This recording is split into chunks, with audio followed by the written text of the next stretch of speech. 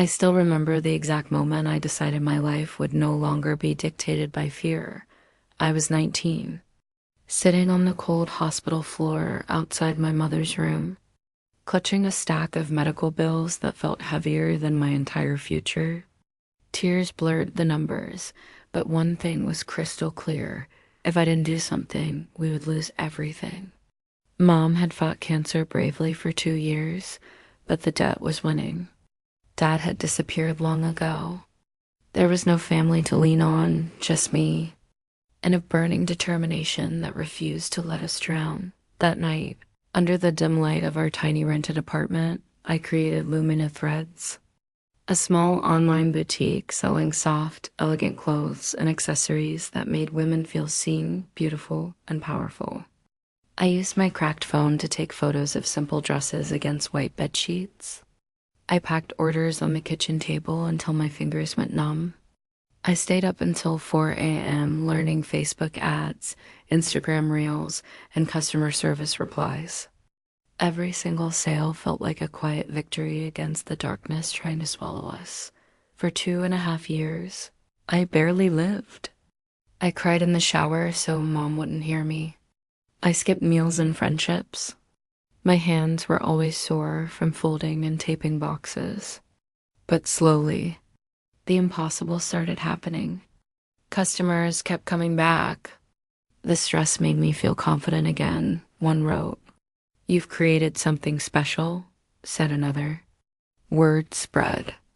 Orders doubled, then tripled, and then one unforgettable afternoon, I made the final payment on the last hospital bill. I sat there staring at the paid in full screen, shaking with quiet sobs of relief. A few months later, at 22, I walked into a small real estate office with trembling hands and signed the papers for my very first house, a cozy 2-bedroom with a little front garden and big windows that let the morning light pour in like hope. I stood alone in the empty living room that day, sunlight warming my face, and whispered through happy tears, "You did it, girl. You actually built this with your own hands." Mark was right there with me through every step. My boyfriend of 3 years. Tall, charming, always quick with a smile and a "you're incredible" baby. He helped me pack late-night orders, celebrated every milestone with cheap takeout and forehead kisses, and told me I was the strongest woman he'd ever known. I believed every word. I trusted him completely, but what I didn't know, as I handed him the spare key to my new house with a proud smile, was that the man I loved had already been quietly planning how to take everything I had built and destroy me with it.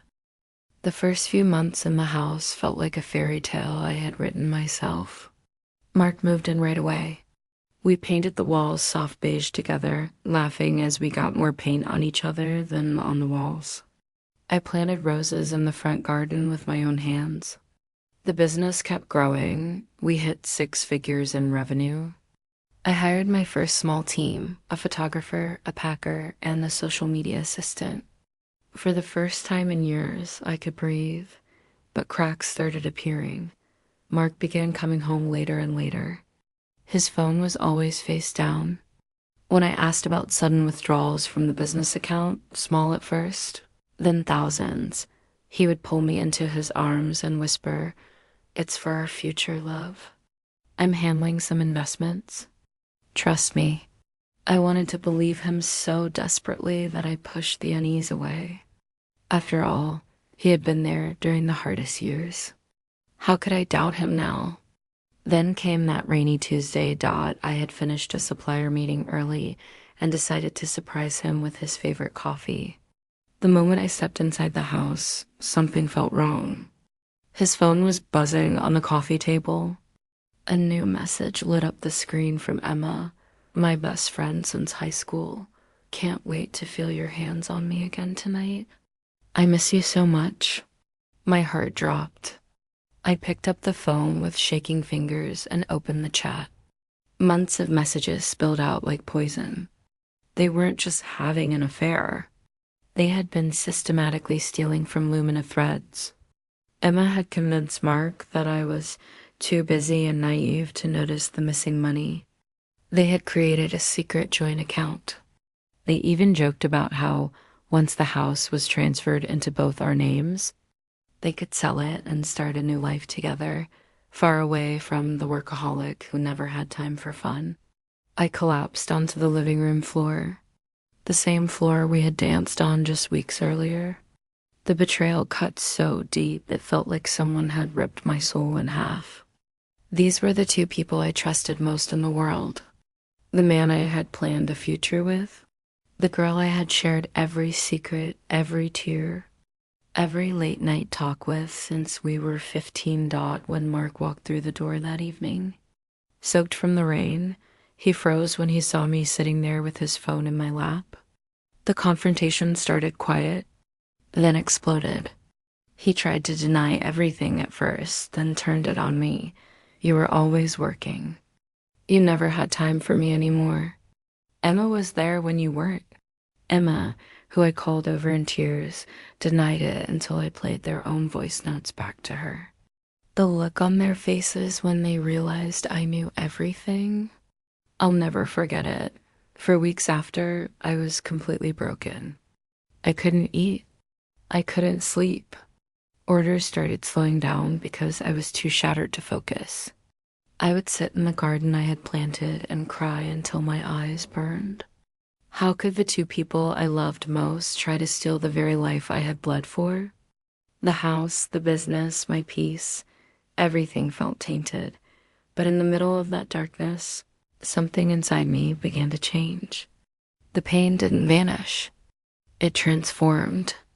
The girl who once cried in the shower started waking up with cold, quiet resolve. I stopped showing them my tears. Instead, I began gathering evidence, every transaction, every message, every recorded late-night call when they thought I was asleep. I hired a sharp lawyer in secret and told no one. I went from shattered and sobbing to silent, strategic, and unstoppable. They thought they had destroyed the 19-year-old girl who started a business from nothing. They had no idea they had just awakened a woman who was ready to fight for every single thing she had earned. The climax came on a quiet Thursday evening. I sent them both a calm message. Let's meet at the house tonight. We need to talk and sort this out like adults. They arrived looking smug, thinking they could still manipulate me or talk their way out. I sat them down in my living room, the same room where I had once cried happy tears after buying this house. Without saying much, I opened my laptop and pressed play. Their own voices filled the air. Every cruel plan, every laugh about how she never noticed, every intimate message they had exchanged while I was working late to keep the business alive. Mark's face turned ghostly white. Emma started crying immediately, begging me to stop. I looked at them both, my voice steady even though my heart was racing. You tried to steal the life I built when I had nothing. You betrayed me while I was carrying all of us. But I'm not the naive girl you thought I was. The legal process moved faster than they expected. My lawyer presented every piece of evidence: bank records, forged signatures, secret accounts, voice recordings. The court ruled in my favor completely. Mark was ordered to repay every single rupee he had stolen with heavy interest. His name was permanently removed from the house documents. He lost his job when the story quietly spread in our professional circles. Emma faced social isolation. Old friends distanced themselves, and she eventually had to move cities to escape the shame. They both tried to reach out, weeks later with tearful apologies and excuses. Mark even showed up at my door one evening, eyes red, saying he made a terrible mistake. I simply looked at him and closed the door without a word. Their apologies meant nothing. I didn't need revenge that destroyed them completely. I just needed justice that restored what was mine, and I got so much more after the dust settled. Lumina Threads didn't just survive, it flourished. When my loyal customers heard my quiet story of resilience, they rallied behind me like never before. We launched new collections that sold out in hours. Revenue doubled. I expanded the team and even opened a small warehouse. Mom moved into a brighter, more comfortable apartment just 10 minutes away from me.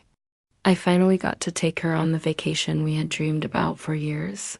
Today, I stand in the same little garden I planted with my bare hands years ago. The roses are blooming beautifully. The house is fully, peacefully mine. The business is thriving beyond what I once imagined. And my heart, it's no longer broken. It's wiser, gentler, with the right people, and stronger than steel. The deepest lesson I learned through all of this is one. I now whisper to every woman fighting in silence, betrayal will try to shatter you into pieces. But those pieces can be rebuilt into something even more powerful. Never let anyone convince you that your success, your peace, or your light belongs to them. Protect your dreams fiercely. Rise quietly when they expect you to fall.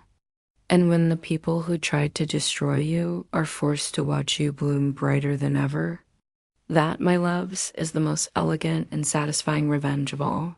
I'm still here, still growing, still choosing myself every single day, and that is the greatest victory I could ever ask for.